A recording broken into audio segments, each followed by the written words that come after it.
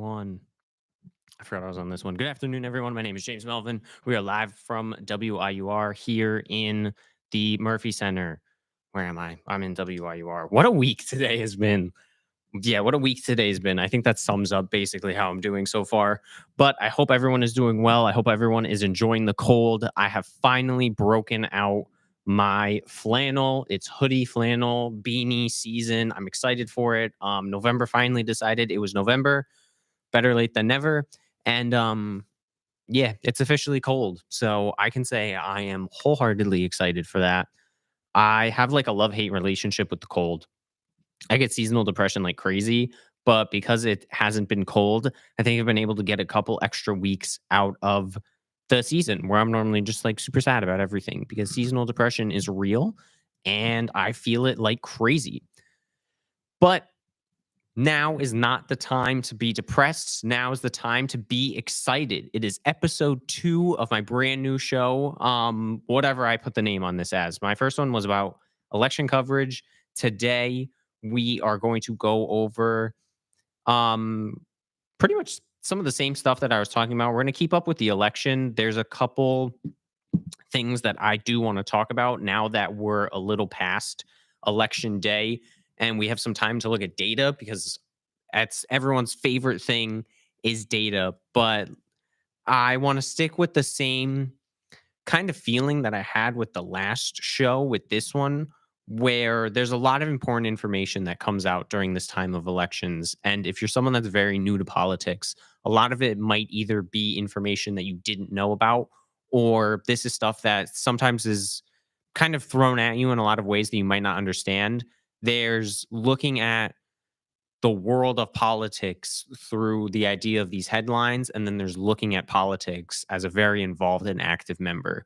And not only is this show going to be me trying to break that stigma of talking about politics in a way where I feel like a lot of people, especially nowadays, there's a lot of stuff that's taboo. I don't think politics should be taboo. It's stupid. Like, if you really can't handle having a conversation with someone, then just don't have it. And that's what a lot of people do. But more importantly, what we're going to be doing today is basically criticizing everyone because I think that this past election cycle has shown just how bad the state of repairs are in terms of like American politics and where we're at today. And there's a lot of blame to be placed in terms of like both winners and losers. But before we get into a lot of the negative stuff about like what went wrong and where this needs to kind of be a wake up call for people in terms of how they are interacting with politics. We're going to go over some, not necessarily breaking news, but some of the more relevant information that's been coming up. One of the biggest things that's on everyone's mind and everyone is talking about, and I'm going to be referencing Politico for some of this, is Donald Trump has started to compile some of his cabinet picks.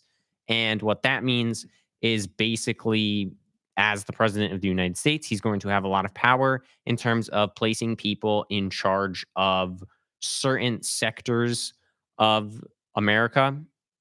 And yeah, so he started a lot of those picks. And obviously, everyone is going to have to go through some type of confirmation. So these picks that he is going to put in for a whole bunch of different positions have to go through.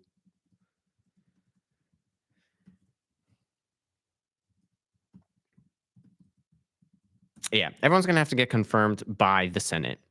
And currently, if we pull up AP, the Republicans have a majority in the Senate and the House. There were a couple races that people were looking at. I don't know, as someone that, we're a New England based podcast. So, there was like stuff in California that still had to get counted. With the majority of things counted, it is almost official that the Senate and the House and even the governor races that happened are basically all controlled by the Republican Party. So, in terms of his picks, Trump is going to have a much easier process of electing these people.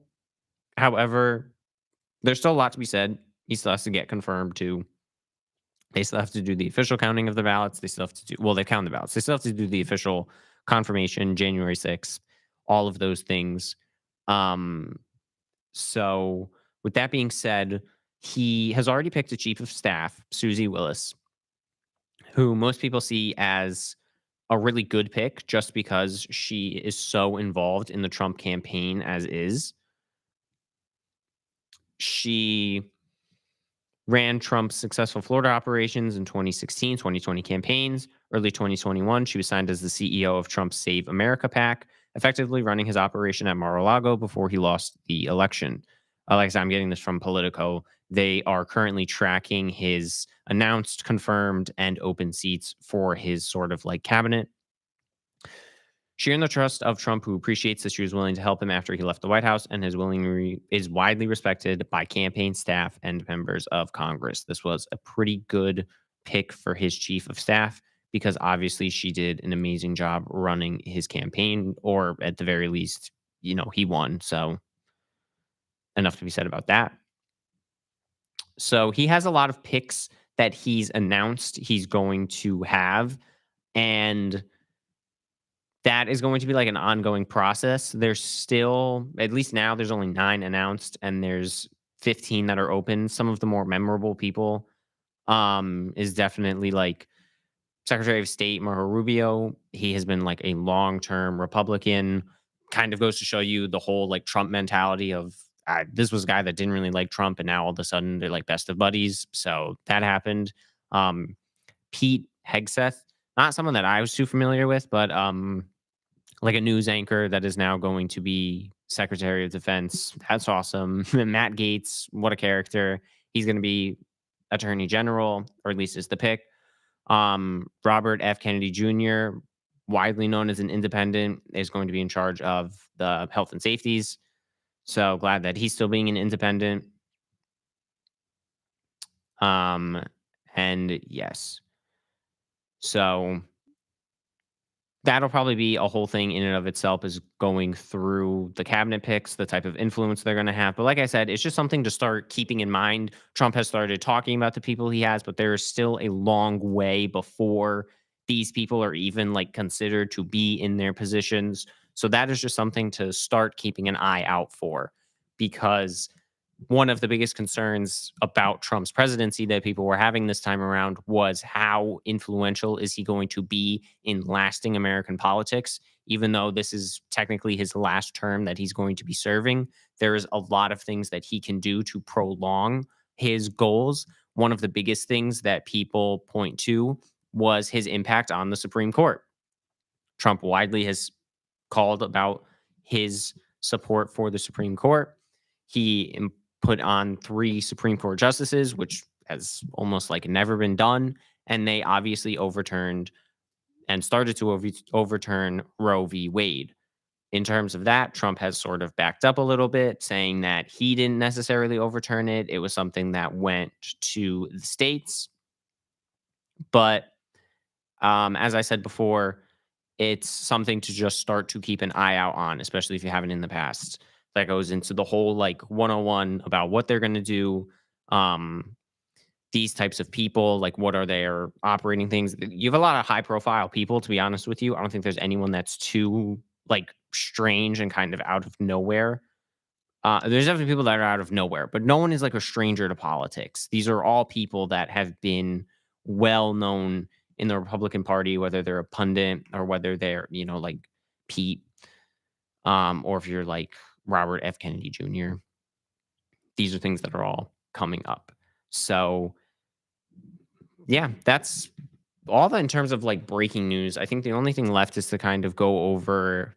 There's some really interesting information that's been coming out in terms of the exit polls and in terms of like looking at this election as a whole, why the current administration got basically clowned. I think that goes to show you just how kind of bad the Harris campaign did in terms of messaging, was trying to spend a little too much time not creating herself as a candidate, but creating herself as an extension of the Biden administration.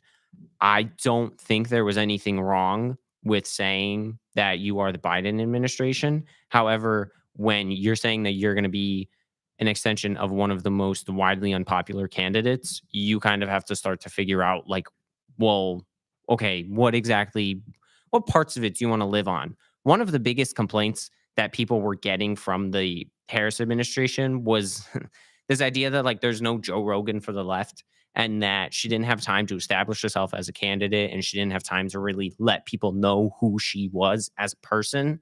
And I think that's super important.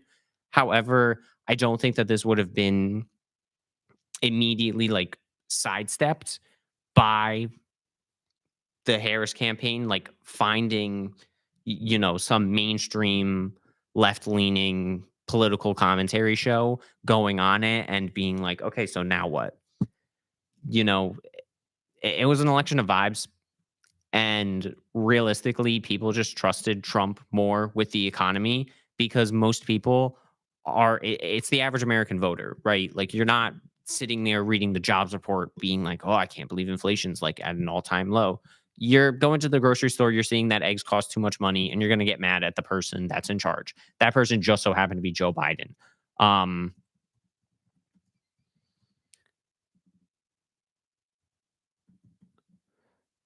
I mean, it's it's hard, voters around the world. This was something that I wanted to pull up. I'm going off the Guardian for this one, but people all over the world kind of lost on being the incumbent. It was like a tough thing. It was a tough time for the economy for everyone that was in charge. And you, as someone, right, you're the Harris campaign. And all over the world, people are frustrated. They're feeling like the establishment isn't looking out for them anymore. You had a historic comeback from Joe Biden to basically take the presidency away from Trump, and he came in as one of the most progressive people ever. He basically was saying, "You, as an American citizen, have a right to benefit from being in the wealthiest country in the world. You're not going to work right now. Don't worry. The American government is going to step in. We are going to give you stimulus checks. We are going to take COVID seriously, and we are going to make sure that you, as a citizen, are taken care of." And that was something that people were looking for in 2020. Trump had cast a lot of uncertainty about government organizations. There was the whole thing about the CDC. You had some people that were categorized as essential workers who were able to kind of like go into work. You had some people that were able to just make the transition to home. It was a scary time for people, and the Biden campaign was able to capitalize on the fact that you had Trump, who was trying to just go off vibes like he normally does. And people didn't want an election off vibes. They wanted an election where someone was going to speak to them as the average American worker. And Joe Biden did that in numerous different ways during his campaign. He passed Build Back Better America, which, even though it was gutted, was one of the largest investments into roads, safety, things like that. He was the first president to stand on a picket line. He had the backing of the auto workers union. He, at the very least, talked about raising the federal minimum wage. But like happens every single time Democrats start to put one foot in front of the other, they just can't help themselves and decide that, stop, let's let's bring it back a little bit. So he dropped the ball on the minimum wage. And if you were paying attention during the Biden administration, that was kind of when things started to unravel, because it started with the $15 minimum wage. Joe Biden ran on a platform where he said that enough is enough. The federal minimum wage is like $7.50. It's not that in most states that you go to. And listen, like I said before, and I'm going to keep referencing it, we're a New York based sort of podcast area. In Connecticut and New York, it's like $16, right? The economy has not gone under. It's expensive to live around here. You need wages to feel that. And this time around in this election, people were experiencing negative wage growth. You might have thought that there was a Republican on the ticket and there was a Democrat on the ticket, but there was only one party that people cared about on that ticket: green. It was green, baby. People care about their money. They want more money. And you have two candidates that are basically not going to do anything in terms of making sure that you're getting more money in your pocket.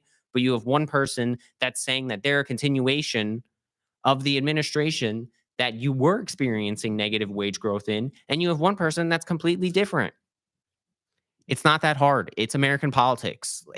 It's people aren't sitting there looking at the Fed every time they increase wages. They're not looking at these types of things. They're going out to vote maybe once every 4 years, and they're basically making the assessment of, okay, right now things suck. Why would I want to vote for the person that's the exact same? The Harris administration could have found, let's say there is a Joe Rogan for the left, or they decide to do something crazy and actually talk to some of the people that are on the left that have these larger platforms. Let's say they go on it. Then what? You had Bernie Sanders go on Joe Rogan. The Democratic Party absolutely destroyed him for it. Why are you going on Joe Rogan? Why are you doing these things? Why are you using this platform? So there is blame on the Biden administration. And I have something pulled up here because this was an amazing take that I heard from CNN about what went wrong. Democratic strategist, by the way, talking about the issues and what went wrong for the Democratic Party, because we're talking about messaging now. So, what messaging does CNN Democratic strategist seem to think went wrong for the Democratic Party? Speak some hard truths to my friends in the Democratic Party. This is not Joe Biden's fault. It's not Kamala Harris's fault. It's not Barack Obama's fault. It is the fault of the Democratic Party in not knowing how to communicate effectively to voters. We are not the party of common sense, which is what the message that voters sent to us. For a number of reasons. We don't know how to speak to voters. When we address Latino, and language has meaning. When we address Latino voters as Latinx, for instance, because that's the politically correct thing to do. It makes them think that we don't even live on the same planet as they do. When we are too afraid to... Historically. Because that's exactly what the Harris campaign did. They did all of those things that you're talking about, which it didn't happen. I mean, it's crazy that we're still in the year of 2024 and we're still being like, nah, guys, don't worry. It's actually not it's not the elite's fault that Democrats managed to lose this election. It's not Joe Biden's fault and it's not Kamala Harris's fault. It's actually everyone else's fault but theirs. What are you talking about? How is it not his fault?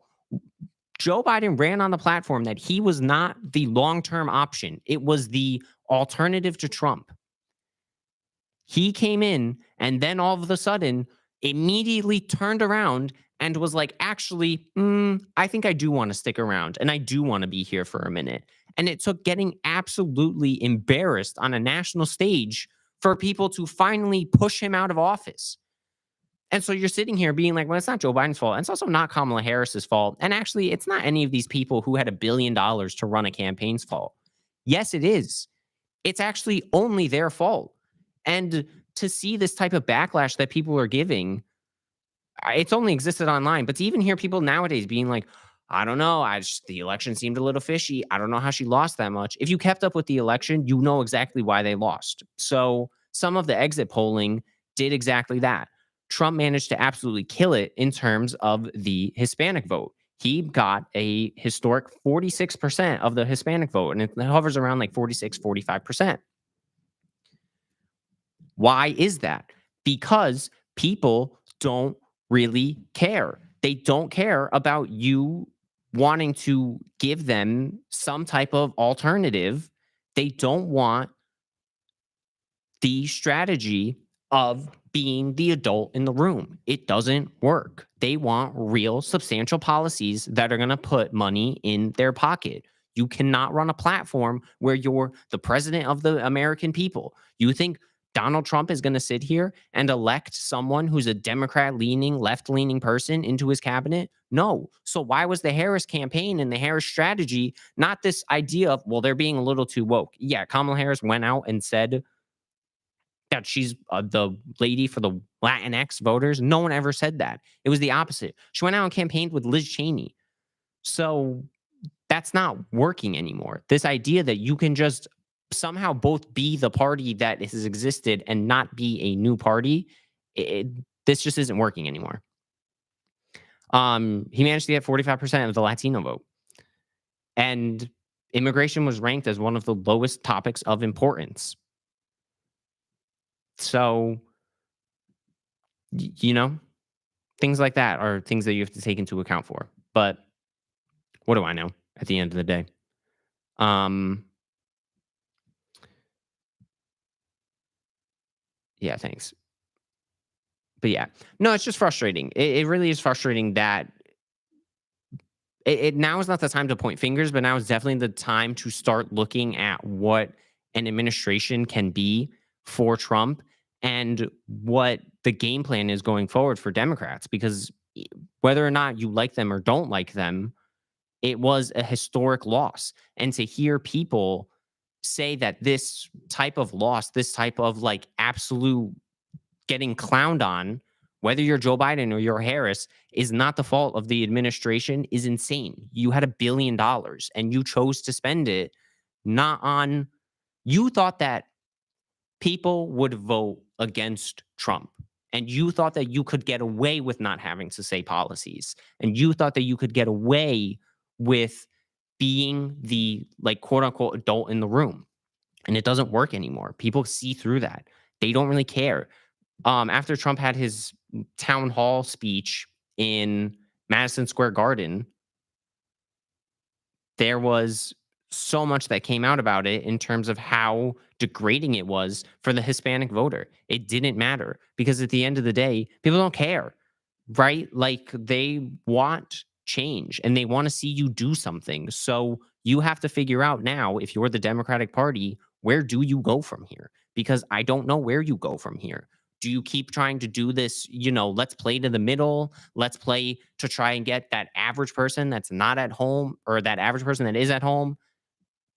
You have to figure out what it is that the game plan is going forward. And I'm worried that I don't think they have a game plan anymore. I think the game plan was throw everything into Joe Biden. Joe Biden took that and ran and then didn't stop. He kept running. And instead of doing a primary where you would have been able to field some of the candidates, you would have been able to hear what was going on, you went with option B. You went with option B a little too late. People didn't really know option B. Then option B came out swinging with, well, you should just see me as an extension of what's already going on. And then absolutely ran a campaign that was not as progressive as Joe Biden's. And I don't understand how you can go from running someone who arguably is one of the more progressive people as Joe Biden and then not take any of that strategy and apply it into this upcoming campaign. So now we're left with the reality, which is that Donald Trump is most likely not going to play to the middle and is going to appoint people that want to play for him and are going to play in his corner.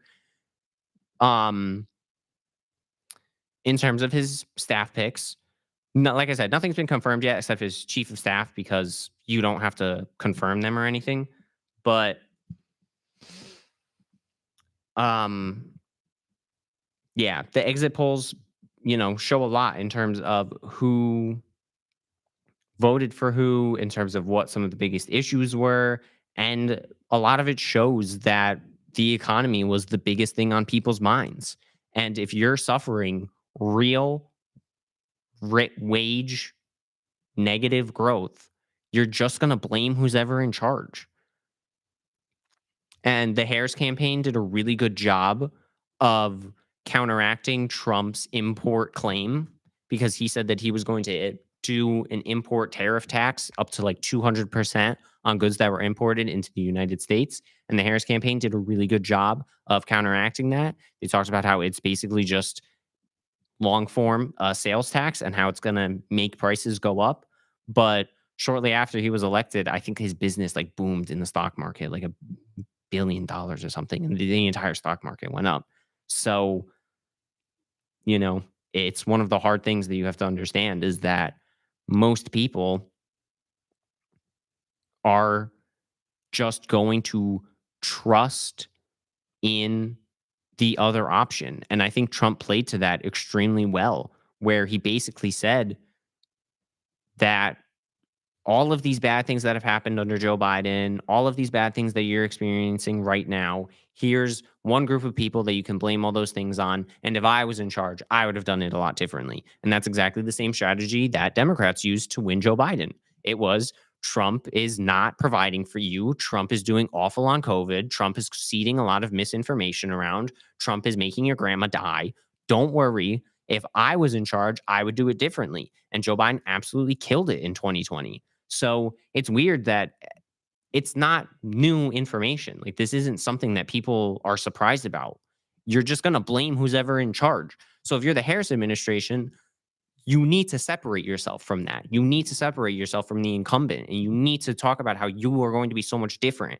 I don't know why the strategy was we're going to get Kamala Harris to be different, because she's going to play to the middle. And Kamala Harris is going to talk about how she's going to have like a Republican in her cabinet because she wants to be America's president. Like, you're America's president if you win or not. No one cares if you have another person in your cabinet.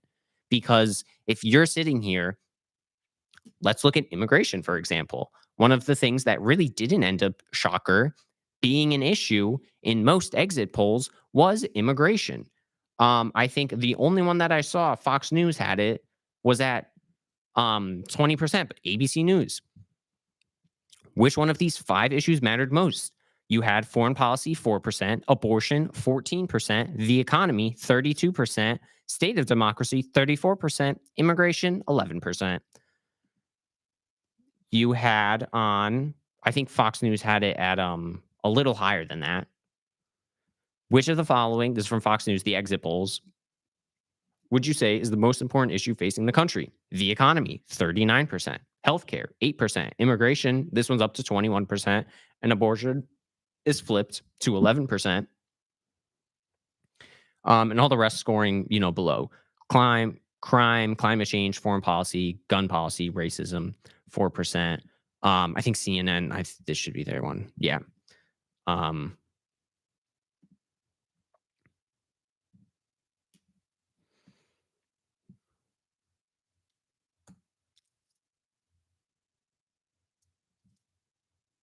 Most important issue. Foreign policy, 4%. Abortion, 14%. Economy, 32%. Immigration, 11%. Democracy, 34%. Even if you are just going based off of NBC News, which one of these 5 issues mattered most? Foreign policy, 4%. Abortion, 14%. Economy, 32%. Immigration, 11%. State of democracy, 34%. Even if you're going off of just like, well, you're reading the liberal news sources, Fox News had it at 20%. No one cares. It's not an issue. So the fact that you decide to take that issue and all of the sudden backstep 3 years of the Biden administration saying there is no problem at the border, there's no problem at the border. All of a sudden, the Biden administration turns around and goes, actually, guys, there is a problem at the border. And we're going to create legislation to enforce the border and talk about how it's so much of a problem and that no one addressed it. You're the person that's supposed to address it. So why did you decide all of the sudden that it now is a problem? And the Harris administration ran with it, where they were like, yeah, we actually should do something about the border. And it does need to happen. Okay, if something needs to happen at the border, why am I going to vote for the person that's been in charge of doing something at the border when I can instead vote for the person that's talking about how they're going to do stuff that's illegal at this point? I mean, no one even knows how you're going to do a mass deportation, but that's one of Trump's like number one policies. So if you've now admitted that something that's historically not an issue, which is the border, because we looked at the exit polls, and I don't care what anyone says, exit polls are the ones that matter because those are the people that actually went out and voted, not whoever is sitting on Instagram deciding that they're going to post about something, right? You have to trust some poll at some point, exit polls being one of those things, because these are the people that are leaving the voting box. How important was it? It historically does not go anywhere. It doesn't mean anything for people. They don't care. So now all of a sudden, you're starting to concede on issues you didn't even have to concede on. So people are going to sit there and go, you're right. If it is such an issue and you who were in charge is telling me that it's an issue, I'm going to vote for the person that's going to make it their number one issue. You don't have to do it. You don't have to do it.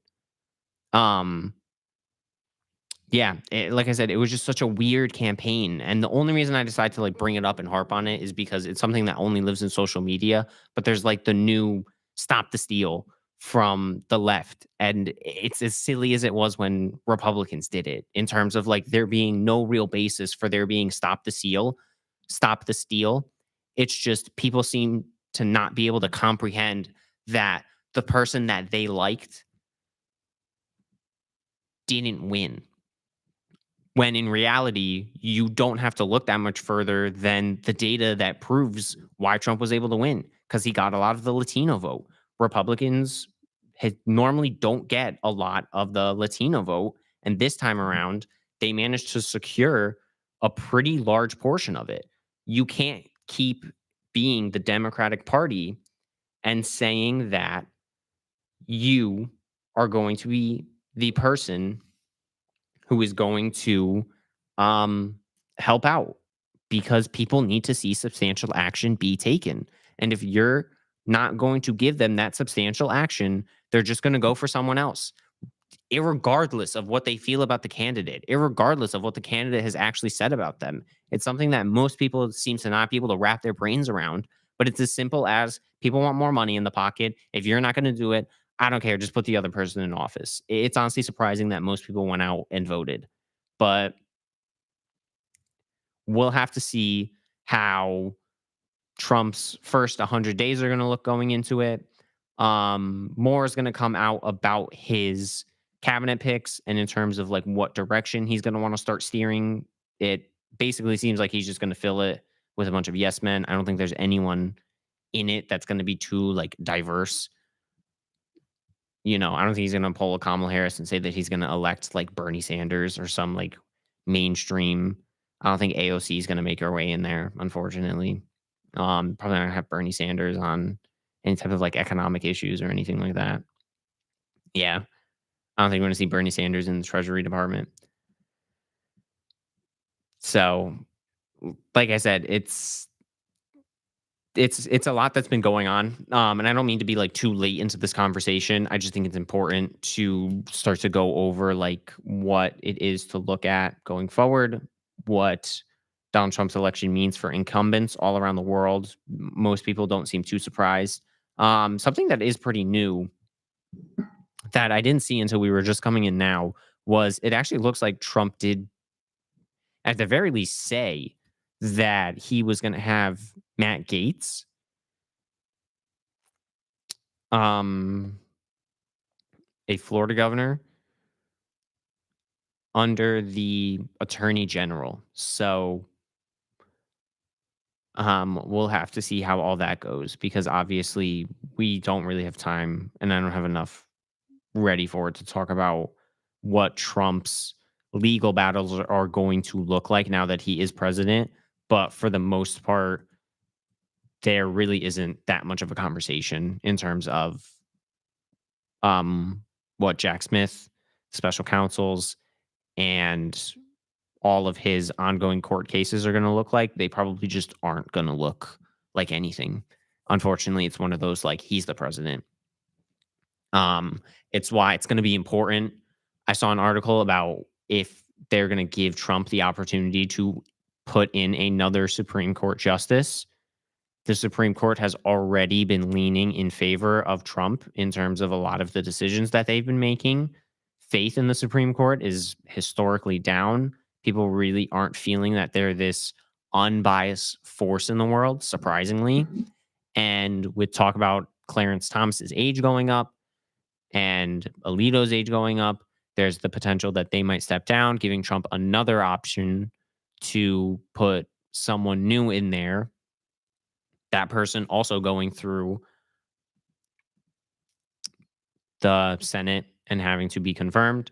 But again, with a very right leaning Senate, it's, going to be anyone's guess in terms of how all that might come out. But like I said, that's all things that are going to be happening in the future in terms of like what's going on today, tomorrow, yesterday. Trump and Biden like met the other day in the White House. It was real nice. They, I think, said hi, and that was it. So yeah, riveting stuff in the political world. But that's all I really had prepared for today. I think that should just about cover the election and the outcome of the election and start to get people thinking about what the plan is going forward. There's obviously the midterm election that's going to be coming up.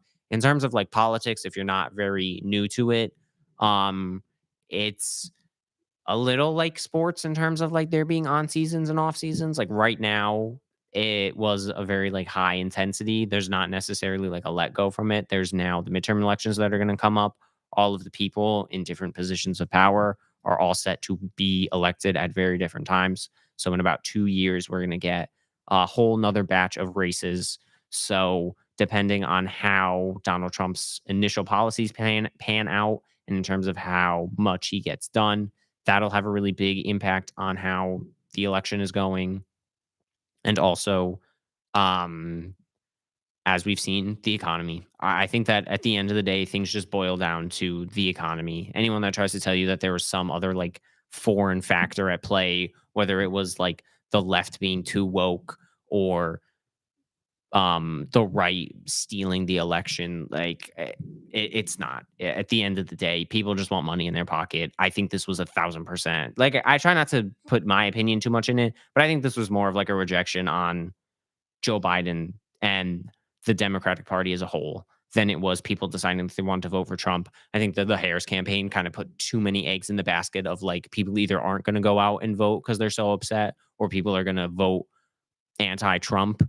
And the Republican Party has also tried to do the whole we're the party that just isn't Democrats, and it never works for them because while the average person might not have, while they might not be that scary, they know when you're not speaking to them. And even though Trump didn't really come out with a whole lot of economic policy, and that was one of the biggest criticisms that he had, and a place where the Harris administration shone in terms of combating his lack of economic policy, he was giving people outs for why they were in such economic hardship. And people are going to go where their pocketbook tells them to go. So I didn't mean for this to end on such a depressing note, but I don't really have anything good to say. It's cold, it's dark, it's like 5 o'clock, and everything is dark and cold. The seasonal depression is going to hit, but don't worry because we're going to get through this seasonal depression together. We're going to keep on top of probably not as much election stuff, just because I think that's kind of been beat to death, and I'm very late to the party in doing this. We're going to be looking forward to the picks. Just about everyone is counted in terms of votes. So yeah, Connecticut and New York are all set. And you know what? It's all that really matters in my heart. But with that being said, I went over all the points that I wanted to talk about. I don't have anything new to add. Thank you so much for basically just listening to me ramble. This stuff kind of like bounces around in my brain. So it's nice to have an output for it. Like I said, this is going to be half me trying to get the average person into politics and half like me trying to figure out how I can start to like talk about this stuff because I love talking about it. Even if it is just like rambling a lot of the time, it's important conversations, and people a lot of times shy away from them because of lack of information. But look at me, I'm an idiot, and even I kind of know what's going on. So I don't think it's that hard to get into it. And hopefully you will stick around with me as we kind of go through this stuff. And yeah, I've been James Melvin. This is WIUR. Thank you so much for watching and have a great night, everyone.